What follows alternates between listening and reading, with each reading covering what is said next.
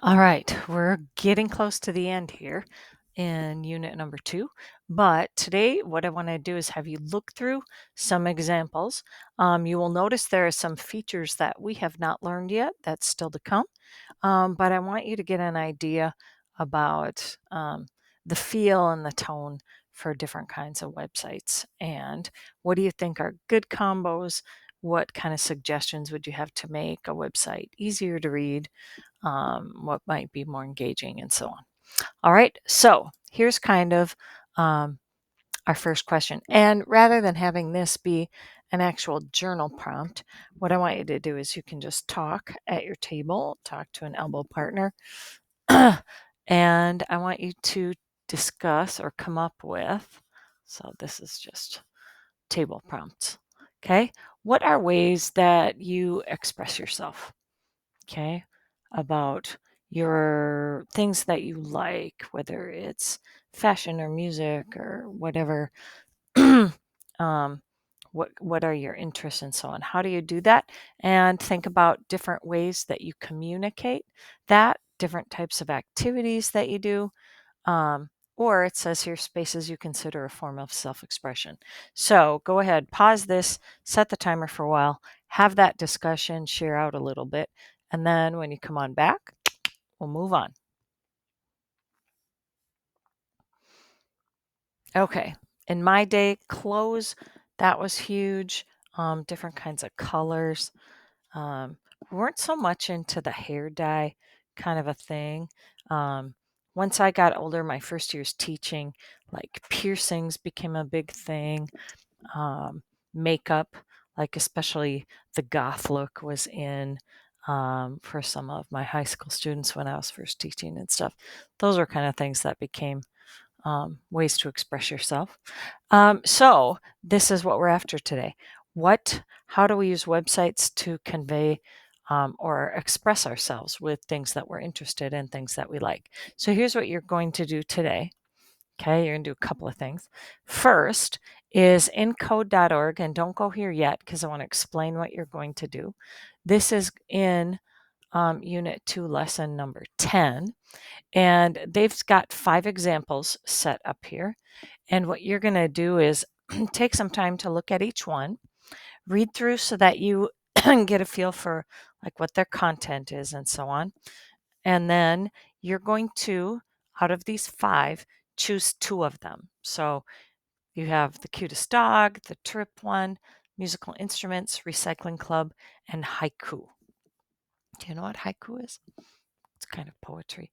Uh, Cool. You'll learn about it if you don't know much about it when you look at that example. So what you're going to do after you look at these is you are going to choose two of those 5 and give some more specific insight and feedback. In Schoology, there's going to be a little questionnaire. It looks like a quiz or an assessment, but basically it'll ask you, first of all, hey, which website did you choose out of the 5? And then here's the first question. What do you think the creator, why do you think they created this website? What is their purpose? What did they want viewers or people that come to visit their website, what is it they want to either learn, get to know, um, or understand about what's important to them? So that's the first question. Second one is, what is it that you like about the design and the style and the content of their webpage? Give some positive feedback that way. Okay, and I've got some ideas there about being specific, whether it's their color combo, images, what fonts they've used, and so on.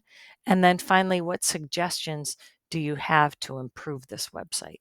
And again, be specific. You don't have to be harsh. But I think you'll see when you look at some of them, you'll be able to say, I am not sure I would have chosen that, or I think I would have done this a little differently, and give some reasons why. Okay. When you get there in code.org, here's what you are going to see. Okay. And we'll just dive in to say this very first one about the cutest dog. So you're going to scroll and look through everything. You're looking not just at the content. I want you to read the content. Okay. There's not that much there. You'll get through it. But then also think about, all right, how is it designed and laid out? What kind of pictures or images are they using? Um, what about their fonts and kind of other design elements, their colors, and so on? Okay. Those are the kind of things that I want you to look for and think about, what do you like? What do you think could be improved upon? Here's what you're going to notice as you look at these.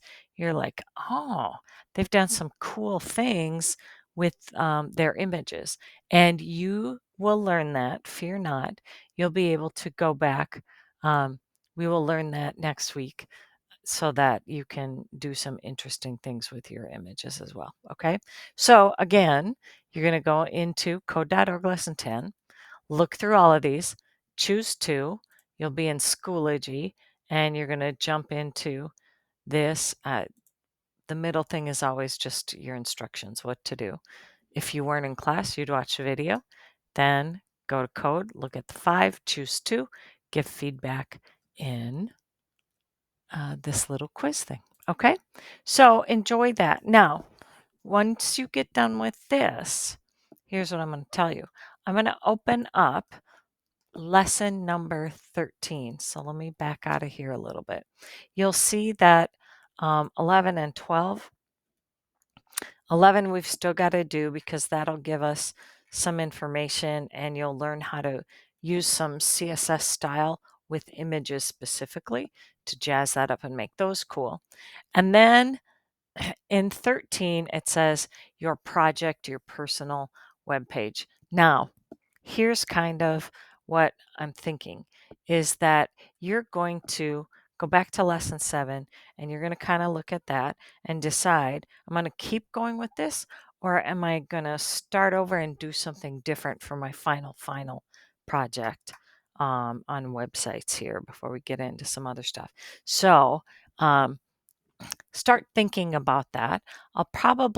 I'm not giving you a specific project guide because I'm guessing a lot of you are just going to take your existing website and you're going to add images and some of that style to kind of get your final product. But I do want to give you the option if you want to start over, you certainly can. Okay.